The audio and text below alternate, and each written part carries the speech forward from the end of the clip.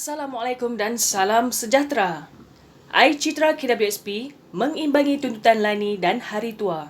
Benar, Pemuda UMNO akui KWSP adalah simpanan hari tua yang penting untuk survival rakyat kemudian hari.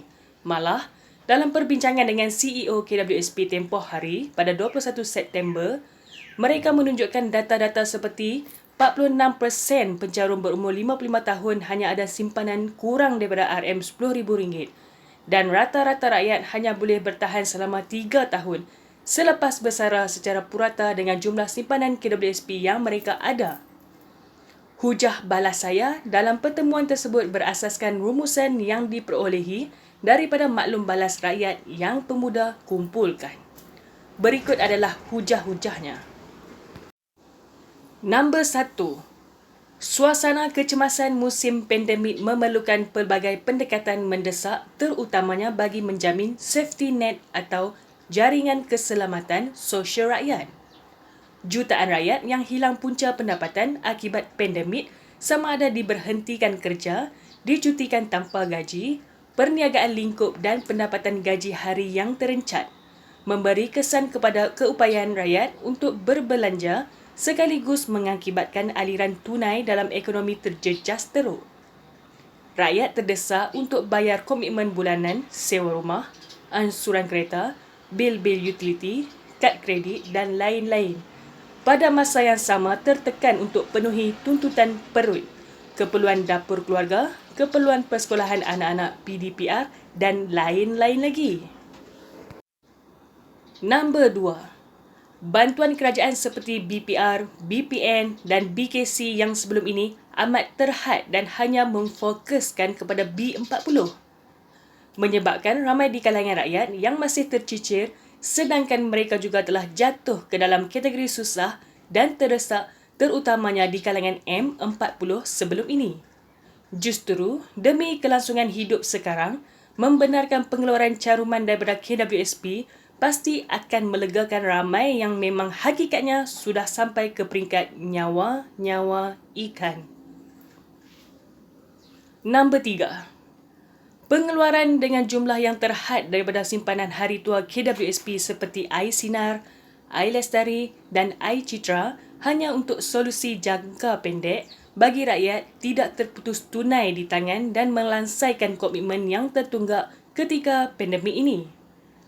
Tiada jaminan untuk kelangsungan hidup dan merasa simpanan mereka sehingga hari tua jika keadaan mendesak dan cemas hari ini ataupun tidak dapat ditangini. Nombor 4. iSinar, iLestari atau iCitra mampu membantu negara melancarkan aliran tunai dalam ekonomi. Contohnya, waktu kerajaan benarkan pengeluaran iSinar RM10,000 pada Januari dan Februari tahun ini, KDNK kita tiba-tiba melonjak kepada 6% pada bulan Mac. Sedangkan sebelum itu, KDNK kita negatif. Sebab apa? Ini kerana apabila rakyat ada wang lebihan, maka perbelanjaan dan perniagaan akan naik. Pada Mac 2021, peningkatan wang benar M1 direkodkan sebanyak positif 17.1% berbanding pada Disember 2020. M1 kita negatif 1%. M1 adalah indikator duit sebenar real money yang ada dalam poket rakyat. Duit yang ada dalam pasaran dan duit deposit dalam bank. Kalau ada peningkatan maknanya duit rakyat makin banyak, kalau negatif maknanya kita rakyat secara keseluruhan makin miskin.